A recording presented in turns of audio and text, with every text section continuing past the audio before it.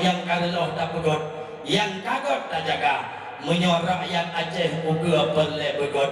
Marilah tasutut para alim ulama, be hina-hina ulama, be caci-caci maki ulama, bohyung gure yang nalang kampung, bohyung tungku yang nalam desa, bohyung gure api yang nadi daya. Karena nepegah makmutuah yang Allah muliakan, harga gure han sama lagi yung tempi, harga padi han sama lagi yung saka. Nepebuat anak gedanya oleh gure cukup berat ikhlas hati, na tapi najik siapa aja hilang kampung api tim kelapa.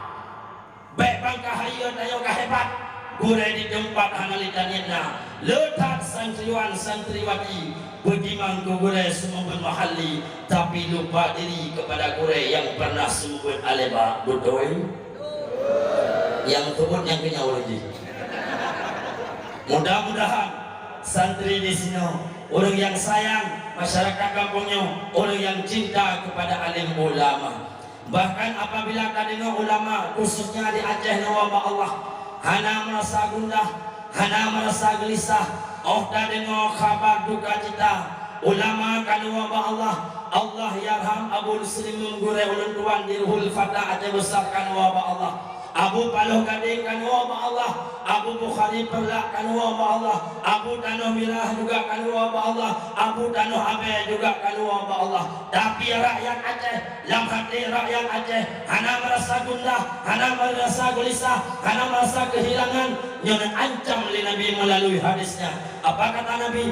Malam yahzan li mautil alim fahuwa munafikun, munafikun, munafikun. Qalaha thallata marratin, kata Nabi.